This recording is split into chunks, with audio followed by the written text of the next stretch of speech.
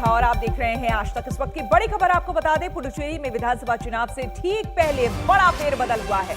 राष्ट्रपति रामनाथ कोविंद ने किरण बेदी को पुडुचेरी के उपराज्यपाल के पद से अचानक देर शाम हटा दिया है। उनकी जगह तेलंगाना के राज्यपाल तमिलिसाई सुंदरराजन को पुडुचेरी के एलजी की अतिरिक्त जिम्मेदारी दी गई है।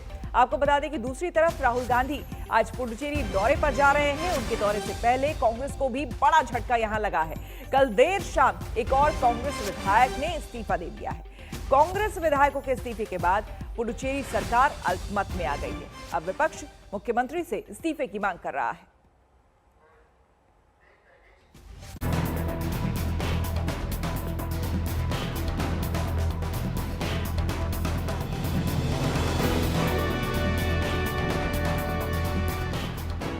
केंद्र शासित प्रदेश पुडुचेरी में अगले कुछ महीनों में विधानसभा चुनाव होने वाले हैं। चुनाव के चलते पुडुचेरी में सियासी संकट गरमाया हुआ है।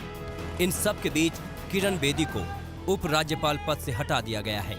राष्ट्रपति ने किरण बेदी को तुरंत प्रभाव से हटाते हुए तेलंगाना की राज्यपाल तमिलिसाई सौंदरराजन को पुडुचेरी का अतिरिक्त प्रभार सौंप दिया है। किरण बेदी को एलजी के पद से हटाए जाने के बाद कांग्रेस कार्यकर्ता जश्न मनाने लगे।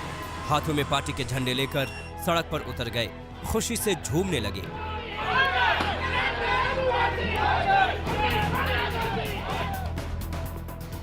किरण बेदी के खिलाफ सीएम नारायणसामी खुद शिकायत लेकर राष्ट्रपति के पास गए थे, लेकिन किसी को अंदाजा नहीं था कि किरण बेदी पर इतना बड़ा एक्शन हो सकता है। The people of Puducherry got victory by removal of Dr. Kiran Bedi because she was stopping welfare schemes. She was ignoring the elected government. She was interfering in the day-to-day administration. She was running a parallel government. And she was also giving direction directly to the officers, which is unheard of in the history of any country. The lieutenant governor and the governors are acting against the constitution and the rule of law. Rashtrapati Bhavan से विज्ञप्ति जारी होने से लगभग 4 से 5 घंटे पहले वो बतौर एलजी काम कर रही थी। किरण बेदी ने इससे जुड़ा एक वीडियो अपने ट्विटर अकाउंट पर शेयर किया है। किरण बेदी ने लिखा है कि पुडुचेरी में कोरोना का टीकाकरण इतना कम क्यों है, इस बात की आज समीक्षा की। किरण बेदी को ऐसे समय पर हटाया गया है जब पुडुचेरी में एक और विधायक के कांग्रेस से इस्तीफे के बाद राज्य सरकार ने अपना बहुमत खो दिया है। इस मौके का लाभ उठाते हुए विपक्ष ने मुख्यमंत्री से इस्तीफा मांग लिया है।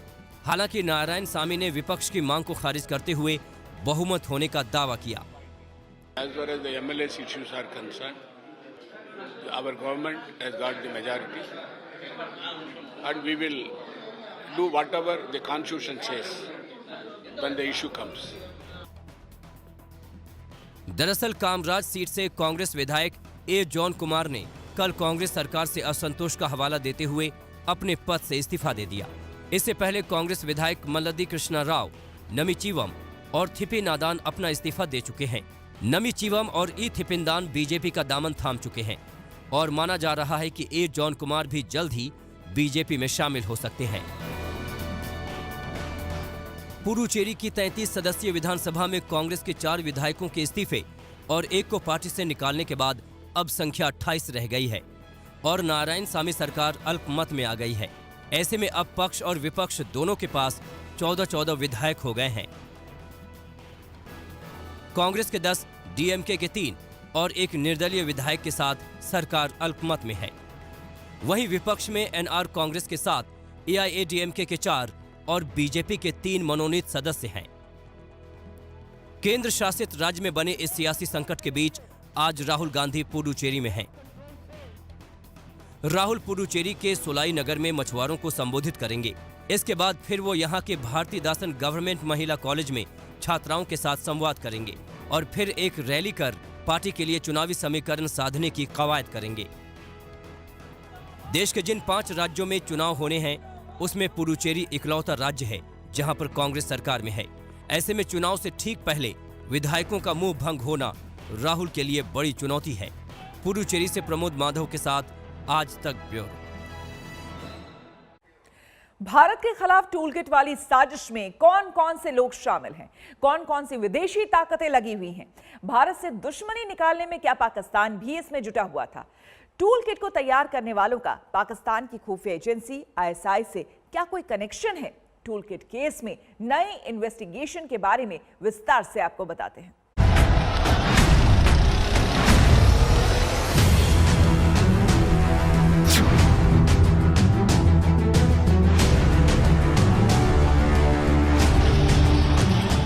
भारत के खिलाफ टूल किट वाली साजिश में पाकिस्तान की खुफिया एजेंसी आईएसआई का नाम क्यों आ रहा है, इसे समझने के लिए पहले पीटर फ्रेडरिक नाम के इस चेहरे को जानना जरूरी है।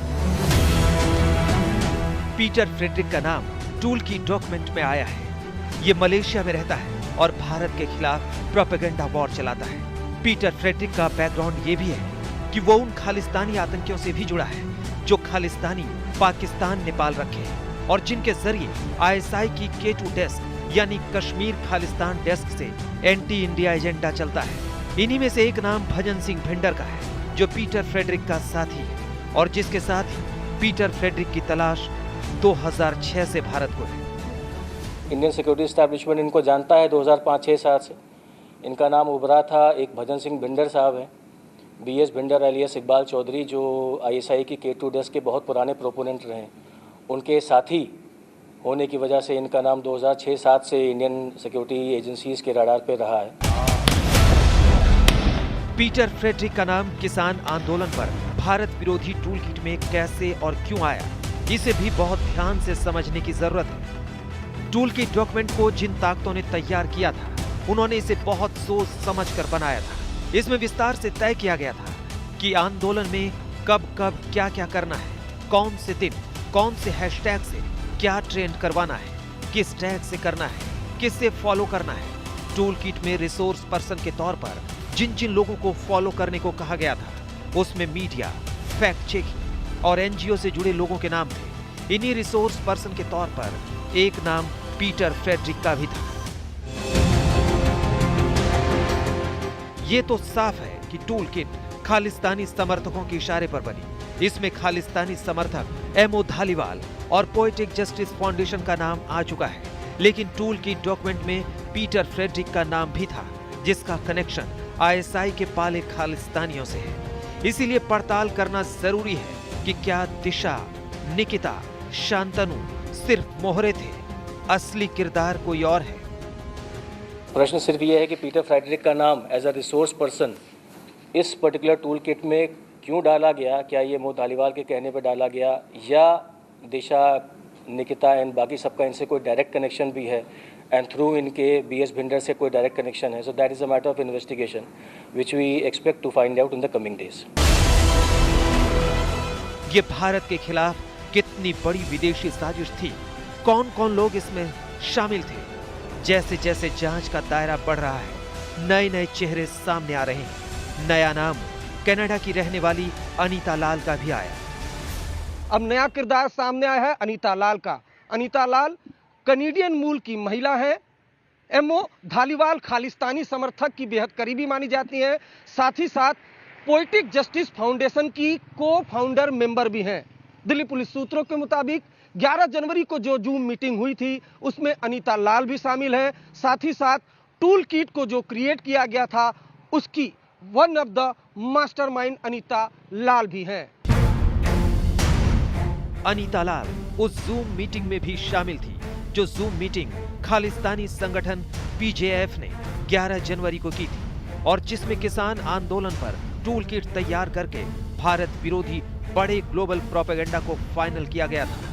इस जूम मीटिंग में PJF के एमओ धालीवाल के साथ मुंबई की वकील और tool kit creator Nikita Jacob जैसे 60 से 70 लोग शामिल थे। दिल्ली पुलिस ने जूम से इस मीटिंग के बारे में पूरी जानकारी मांगी है। दिल्ली पुलिस कमिश्नर ने साफ कर दिया है कि आरोपी 22 साल का हो या फिर 50 साल का, उसके खिलाफ कानून के तहत कार्रवाई की जाएगी, जैसा कि दिशा रवि के मामले में दिल्ली पुलिस ने किया है। दिल्ली पुलिस ने जूम को एक चिट्ठी लिखी है और उनसे पूछा है कि मोह धालीवाल और दिशा के अलावा कौन कौन चेहरे थे जो जूम मीटिंग में शामिल थे। उनकी पूरी लिस्ट दिल्ली पुलिस ने जूम से मांगी है। इसके अलावा दिल्ली पुलिस ने यह भी साफ किया है कि जो FIR अज्ञात लोगों के खिलाफ थी, उसमें अब लोगों को नामजद करना शुरू किया है, जिसमें दिशा, निकिता और शांतनु का नाम शामिल है। कैमरामैन पवन के साथ तंसीम हैदर, दिल्ली। दिशा रवि हो, निकिता जैकब हो या फिर शांतनु मुलुक हो, क्या इन लोगों को बिल्कुल अंदाजा नहीं था? क्या ये लोग बिल्कुल अनजान थे कि जिनके साथ मिलकर वो किसान आंदोलन पर अंतर्राष्ट्रीय माहौल बनाने की प्लानिंग कर रहे थे, असल में वो भारत विरोधी लोग हैं? क्या इन्हें देखना नहीं चाहिए था कि ये ऐसे लोगों के संपर्क में हैं जिनका आईएसआई और खालिस्तानी एजेंट सहित भारत के दुश्मनों से कनेक्शन है? दिशा रवि तो 5 दिन की पुलिस रिमांड पर है। निकिता जैकब और शांतनु मुलुक कब दिल्ली पुलिस के शिकंजे में आएंगे, इसका इंतजार है।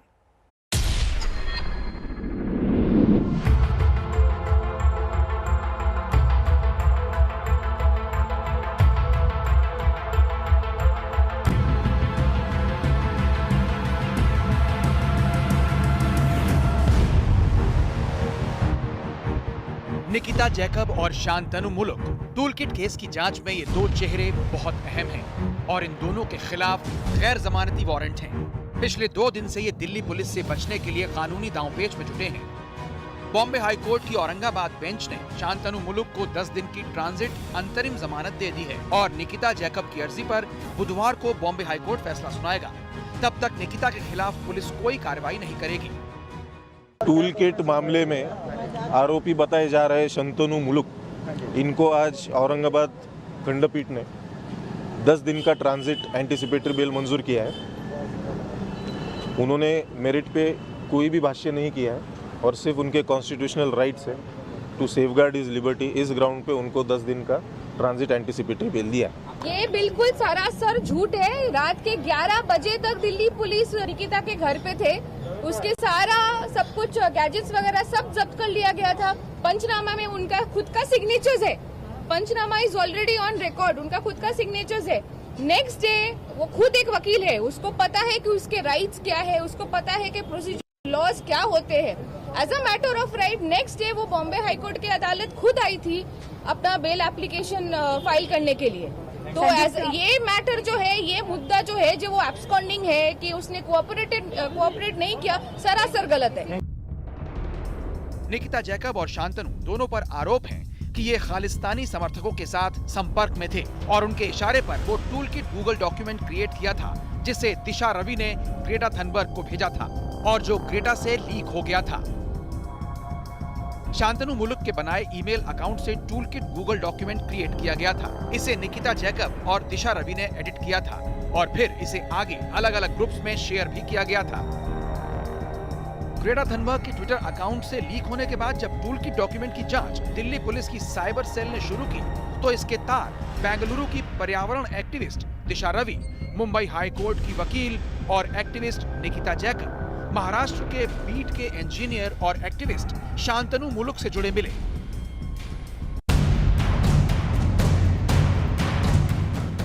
इसमें दिशा रवि को तो शनिवार को ही दिल्ली पुलिस ने बेंगलुरु से अरेस्ट कर लिया था और दिल्ली लाया गया था, लेकिन निकिता जैकब और शांतनु मुलुक फरार हो गए हैं। शांतनु, निकिता और दिशा एक दूसरे से XR नाम की एनजीओ के जरिए जुड़े थे। इन पर आरोप है कि ये खालिस्तानी समर्थकों के मोहरे बने थे। 26 जनवरी की हिंसा की पटकथा टूलकिट के जरिए इन्होंने पहले से तैयार कर ली थी।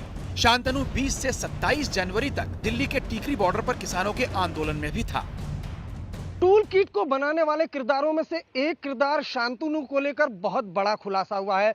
दिल्ली पुलिस सूत्रों के मुताबिक 20 जनवरी से 27 जनवरी तक शांतनु दिल्ली के टीकरी बॉर्डर पर एक्टिव था। हालांकि वो वहां क्या कर रहा था, क्या वो किसी साजिश के साथ वहां मौजूद था, इस बारे में अभी तक खुलासा नहीं हो पाया है। शांतनु दिल्ली पुलिस की गिरफ्तारी से बचने के लिए लगातार फरार चल रहा है। शांतनु के ठिकानों पर दिल्ली पुलिस ने छापेमारी की, उसके घर से इलेक्ट्रॉनिक डिवाइस को भी सीज किया है। दिल्ली पुलिस ने शांतनु के खिलाफ नॉन बेलेबल वारंट भी जारी किया है, लेकिन यह खुलासा कि वो लगातार टीकरी बॉर्डर पर मौजूद था, इसको लेकर दिल्ली पुलिस नए सिरे से जांच में जुट गई है। शांतनु मुलुक और निकिता जैकब जब पुलिस के शिकंजे में आएंगे तो ये पता चलेगा कि आखिर ये कैसे खालिस्तानी समर्थक मो धालीवाल के संपर्क में आए और भारत विरोधी दुष्प्रचार वाली टूलकिट में और कौन कौन लोग शामिल थे। मुंबई से साहिल जोशी और विद्या के साथ अरविंद ओझा, दिल्ली आज तक।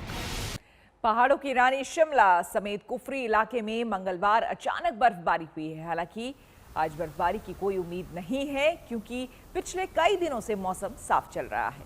मंगलवार सुबह से ही चटक धूप खिली हुई थी, लेकिन दोपहर बाद अचानक मौसम ने करवट ली और देखते ही देखते बर्फबारी शुरू हो गई। मौसम के अचानक बदले मिजाज से सैलानियों की यहाँ पर मौज हो गई। नमस्कार, मैं हूं अंजना ओम कश्यप। हमें उम्मीद है ये वीडियो आपको पसंद आया होगा। लेटेस्ट खबरों के लिए यूं ही देखते रहिए आज तक और इस वीडियो के पसंद आने पर लाइक, शेयर एंड सब्सक्राइब करना ना भूलें।